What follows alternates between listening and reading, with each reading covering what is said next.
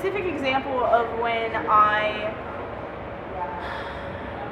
a specific example of when I have felt oppression and harassment, specifically regarding my personality and my eclectic style and personality, personality type and temperament. I was at work, and there was one of the stylists. I work at a salon. The stylist,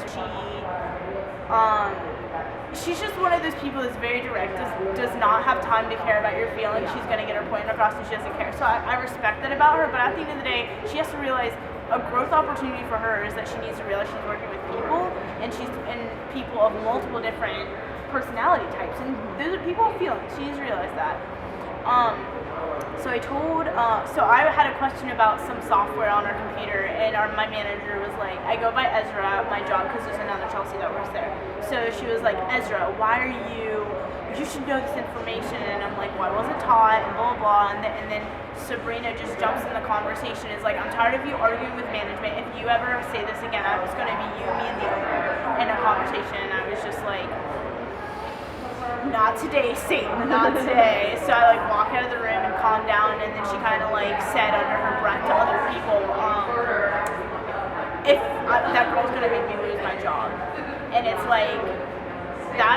that's just not okay, because it's just you have been there for 10 years, you're a stylist, you should learn how to speak to people, especially people, and I feel as if part of the reason why she was so harsh towards me was my personality, and she didn't know how to handle it. I feel like a lot of people look at me and look the way I dress and the way I act, and they're just this crazy extrovert. She doesn't know what the fuck she's talking about. She doesn't what the fuck is she doing? Oh my god, she's so crazy. And they just look at me and they don't. And once they get to know me, it's I'm actually a very genuine person, and it's I'm not an idiot. Just because I have crazy haircut and crazy hair color doesn't mean that I don't have a job. It doesn't mean that I don't have goals. And it's just that's just harassment. And then there's another girl that's young, and she's also extroverted and really friendly and really loving, and she has she doesn't have a crazy haircut, but she dresses alternative, and she comes downstairs and is oh my god, I can't believe what Ariel just said to my guest. So Ariel tried to make a joke, and she some people look like they would fit a career. So Ariel told us oh, do you have a plan for Halloween yet? And the client's no. Ariel's you should be a cop. You kind of remind me of a cop from movies sometimes.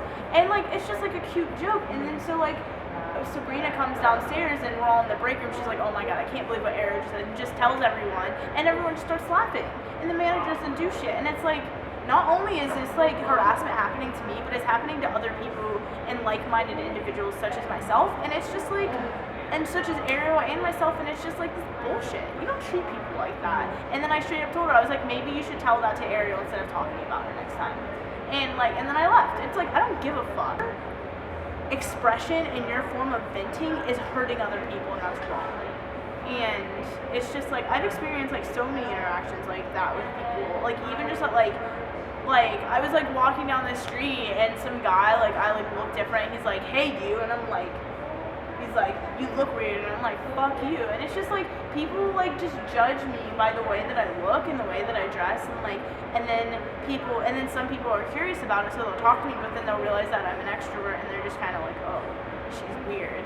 And I'm realizing more as I've gotten older. I've come to a new enlightenment of I've come to a deep understanding of who I am, why I am the way I am, and I feel God designed me for a very specific reason. And I'm at the point where it's I grew up so eclectic and so unique, and having such a unique personality, and I don't fit in a lot of places anywhere. And I always growing up, I tried to fit in to a lot of places, and I never did, ever. And I feel I tried so hard to fit into other people's molds that I was bullied. Oh my god, when I was in middle school, I got the shit beat out of me. I've been jumped 5 times. I've been in at least, I used to fight guys, middle school and early high school. I was in juvie twice. I grew up in a really rough housing. My mom would harass me because I was weird, and my siblings would, my younger sister would harass me, and like I would just feel like super, like I love my family now because I like have a deeper understanding of her personality and I've accepted myself. But like back then, like I didn't know what the fuck I wanted to do. I didn't know who I was. I didn't know what I liked. I knew that I didn't fit in anywhere, so I tried all these different things and tried to fit into all these different cultures. And I just knew that I liked to draw and I liked to paint. That's all I knew about myself. And I knew that I liked fashion and liked to express myself that way. And so like, you know, I started drawing anime, so I got really into anime. And then when I was in middle school, I went to really lower class middle school and elementary school, and that's where the bullying got really bad. The story is, in elementary school, I'm so artistic and I was so musically talented, and I started playing violin when I was 7, and by the time I was in middle school, I was like first chair, and like I specifically remember my music teacher, Miss Brew. To this day, that woman has changed my life, and I go back to my middle school. She still works there, and I like hang out with her sometimes. She's like, and you know, that was when I was, you know, like 12, 13 years old, and now I'm about to be 22.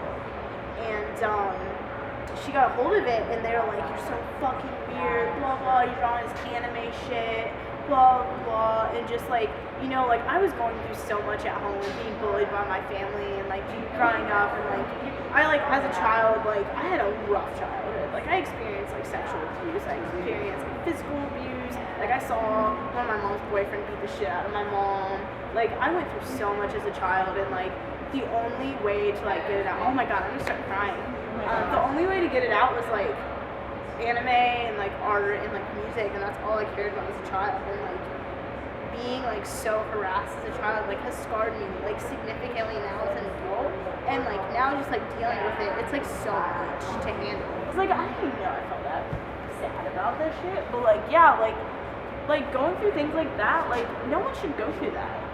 And just especially like as a young child, you don't understand it. Oh yeah, and I just felt like I had so much anger as a child. I started like fighting back, and I've been in fights, and I was bullied, and I was jumped, and like for being like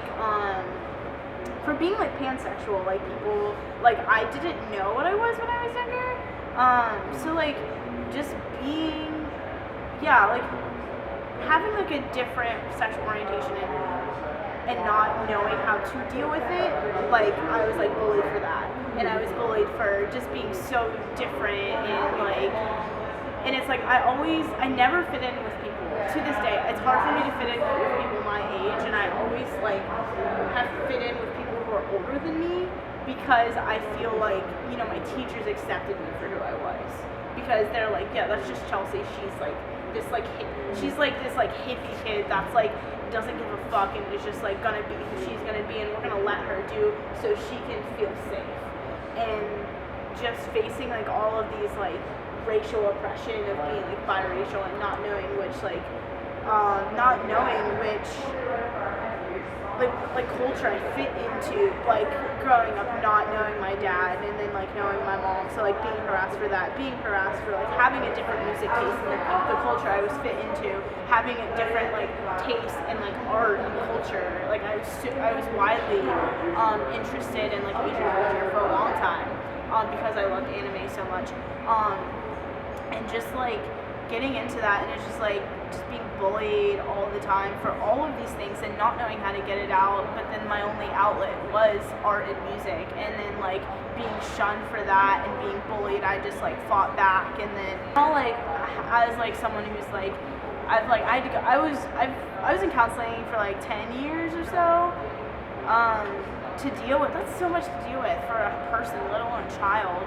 So like being in counseling, and then like feeling like society tells us that we're crazy if you go to counseling, and you're fucked up in the head if you go to counseling and shit, and like just being in like a fucked up world that we're in. Like I developed, like I have bipolar disorder, I have ADHD, like I have all these problems, but it's like it's cool now that I've come to like a deep enlightenment of self-expression, and like a deep enlightenment of understanding of like who I am and accepting myself for I am. And it's like I feel like for the first time in my life, I feel like I'm truly happy and proud to have like everything that I have in my life, and I'm like truly proud to like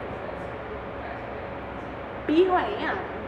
And I've come to an acceptance and understanding. And now I'm also at the point in my life, like I'm proud to be like half Afro-Caribbean and then like half Mediterranean. And growing up and knowing all of these things, like I hated myself for it, and it was hard. And I experienced like so much harassment for just all of those things. It was just really, really hard to deal with. Society does not accept that. Society does not accept self-expression, deep self-expression. Just realize that you are an order, you are going to be judged, but don't care. When I was a child, we were, like, being from Columbus, we would go back, moving to Columbus, we would go back to my hometown, in my mom's hometown, which is Cambridge, and go visit her.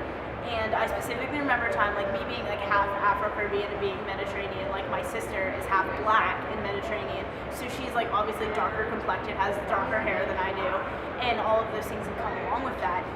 But I, like, thought I was a shit, and I had, like, this cool ripstick, and I'm, like, ripsticking, like, around, like, my family reunion, and we're, like, and I remember these, like, older teenage guys come, like, saying, like, nigger, and I'm, like, hearing that word from movies, you know, like you never hear that word really. And I heard someone say like, oh, this little girl, she's a nigger. And I'm like looking around, I'm like, I don't see any black people. And I'm just like a kid, I'm confused. And then I see my sister. And then like me and my sister fought all the time. I used to tell her I hate her, but like to this day, like I will die for my sister. I love the shit out of her. And she is the most incredible human being that I have laid eyes on.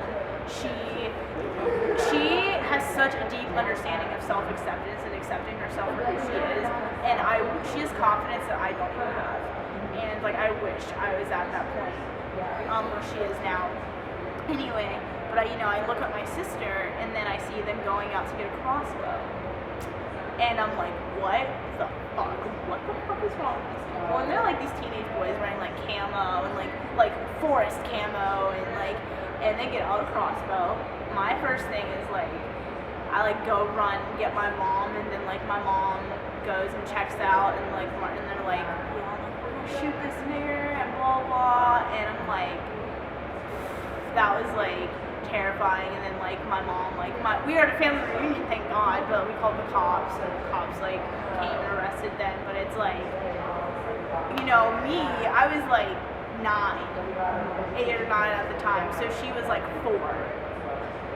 4-year-old little girl. There are not words to describe how I feel about that. I mean, as you can imagine, fill in the blanks of what that would feel like as a child, like having people say something to your sister that you love. Yeah, she's your little sister, but you love her, and threatening to kill her, and you know how sweet she is, and like because she's tan, so bullshit.